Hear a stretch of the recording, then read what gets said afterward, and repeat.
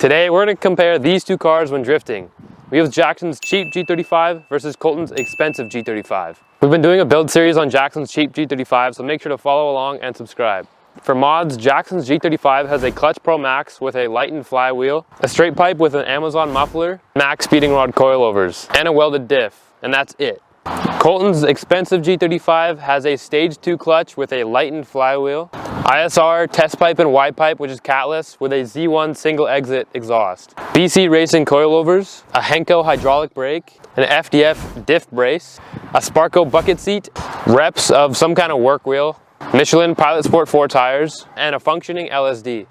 The biggest difference that we're going to see today between the two cars is definitely going to be the handbrake and maybe even the bucket seat as well. So both of these drivers only have one track day under their belt, so they are pretty similar in experience. So now let's see how they perform at the track. Roll the footage.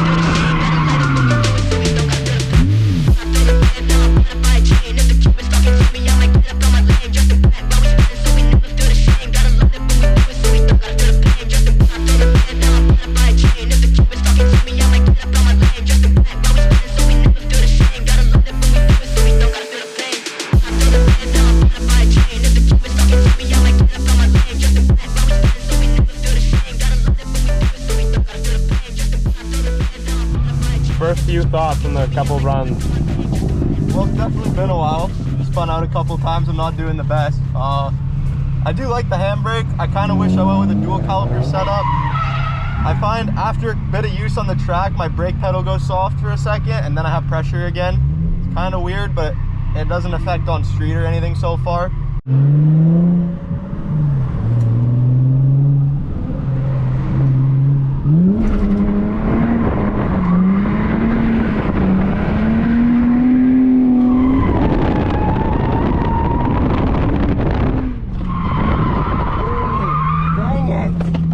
That's gonna happen.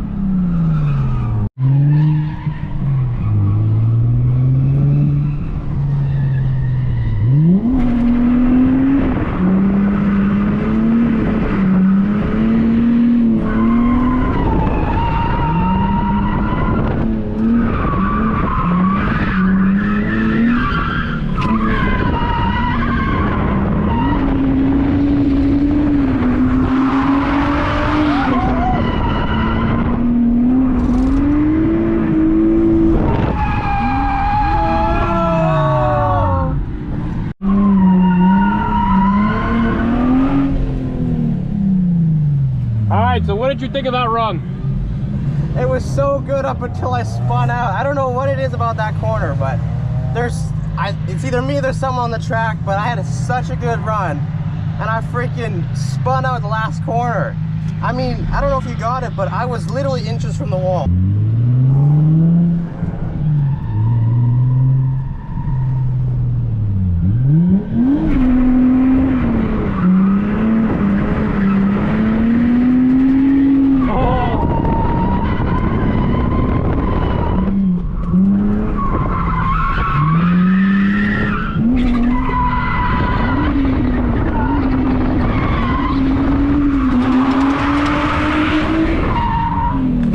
Tires. The tires are gone, boys. My tires are done. This is my first set of tires I've actually smoked. So we have the cheap versus expensive G35 drift build, coupe, sedan. Mine got named expensive because it has more expensive coilovers. I didn't buy them, they came with it. I'm not dumping a shitload of money in this. This is a daily driver drift car. Personally, my suspension is for a higher skill level than I have. I am still learning. I spin out a lot. I have watched Jackson, he has not. I started the day on pretty bald tires. I just switched to tires with more tread. I'm gonna go out for a few runs, see how I do. I'm hoping it's a lot better. You never know. I could still suck. And we got the cheap G35 sedan. So we've done a clutch, coilovers, and I got the max speeding rod coilovers, which is the cheapest ones I could find. And I'll tell you right now, not much better than stock. It just makes it look low. It's still got body roll. It has some adjustment, but in the rear we had to put it super soft to be able to actually fit the bolt in to get the coilover in, which is unfortunate, but you gotta do what you gotta do. It doesn't ride the best. It's still got body roll. And for this car, it is not my daily driver. Coletons is a daily driver. This is my purpose-built drift car. I don't care as much about this as he does that. That's why that's the expensive versus cheap. I have not taken a ride in his car yet, but overall, from what he's describing with a lot of his body roll, I don't feel as much of that. The car feels really sturdy underneath me, and I think once I get the skill to actually control the car properly, I really would recommend these coilovers. I do a lot of weight transferring and clutch kicking at the initial. I don't know if you started doing that. I told you to. I don't know what you're doing. I do clutch kicking. I don't do the initial whip. I just do a clutch kick. For now, I'll get used to the whole whip thing. Who knows? Maybe that's what's throwing me around in the corner because I don't get enough angle. The problem I've had, the last time I was at the track, I had a full tank of gas and I was whipping the corners and it was doing great. Now I had a quarter tank and I was whipping around the corners and it starts cutting out completely. So I just put a full tank of gas in it and hopefully that fixes it. But if it doesn't fix it, then new video coming soon.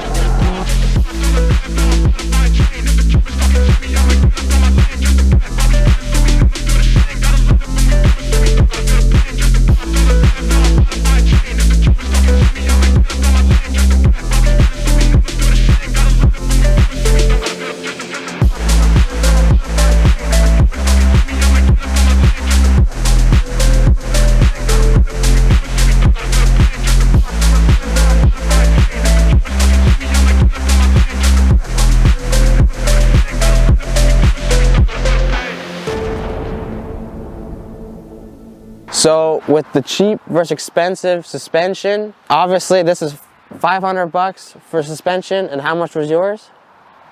Almost $3 grand. It's like 1,900 American plus shipping. There you go, man. For $500, it did amazing. Although body roll is definitely a thing with these coilovers. For comparison, definitely a lot bouncier, definitely a lot stiffer.